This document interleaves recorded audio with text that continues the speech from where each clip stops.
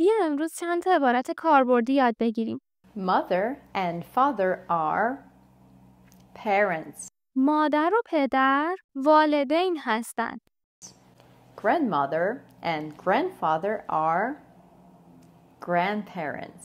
مادر بزرگ و پدر بزرگ Wife and husband are spouses. زن و شوهر زوج هستند.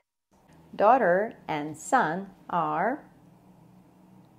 children or kids. دختر و پسر فرزندان هستند.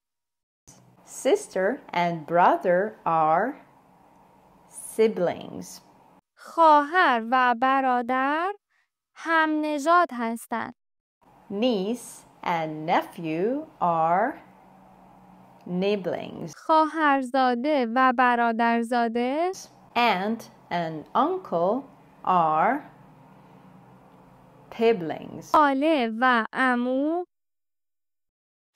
اگر از این ویدیو خوشتون اومد حتما سابسکرایب کنین تا بازم ویدیوهای دیگر براتون آپلود کنیم.